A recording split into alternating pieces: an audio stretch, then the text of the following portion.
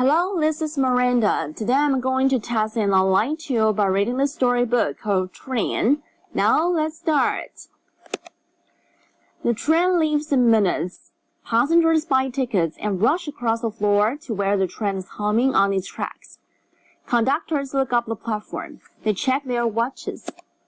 1 minute. Hats wave. Whistles blow. All aboard! Not all.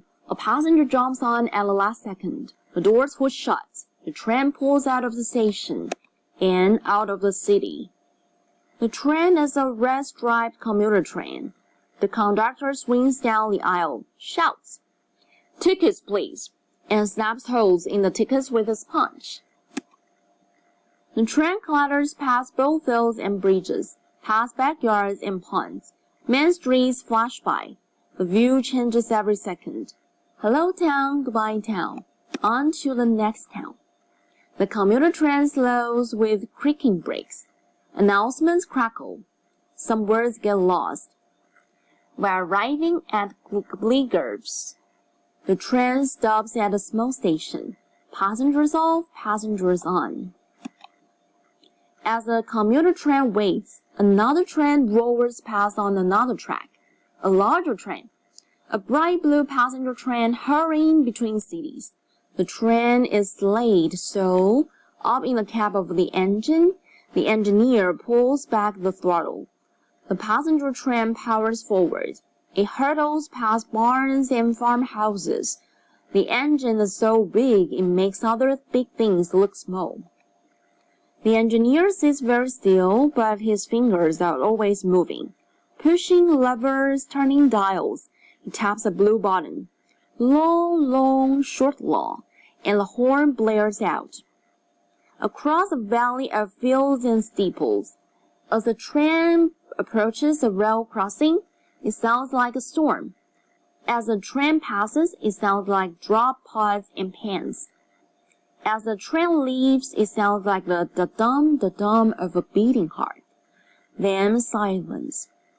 But up ahead, the passenger train keeps going, thundering into the outskirts of a Midwestern city filled with smokestacks and factories and belching steam. Tracks weave in and out. Small animals scurry under the tracks. The passenger train crawls over the tracks through a jungle of gravel, wires, and dirt. Everything smells of grease and rust and burnt toast.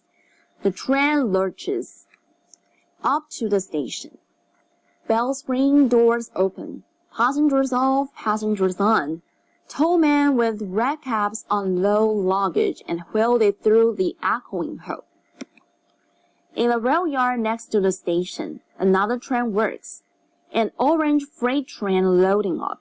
It grumbles under its breath as rail cars are hauled and hitched to its back.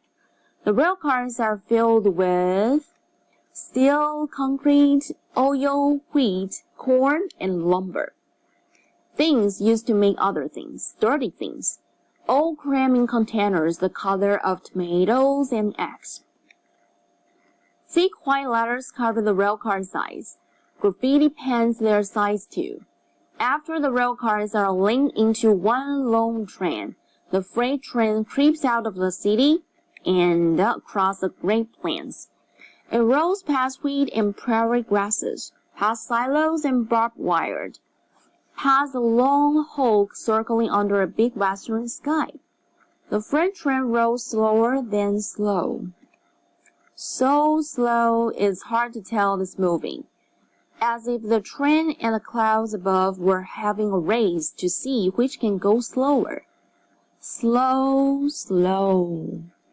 And like the clouds, the train does not stop, even as it inches up among low hills. Then another train passes. A dark green overnight train switchbacking westward. It climbs over the Rocky Mountains, through snow flurries and pine forests. The train curves along icy rivers and shoots through tunnels, where its chatter turns into a whisper. There are no roads outside, just eagles, elk, and turkeys. As the sun lowers, passengers gather in the dining car.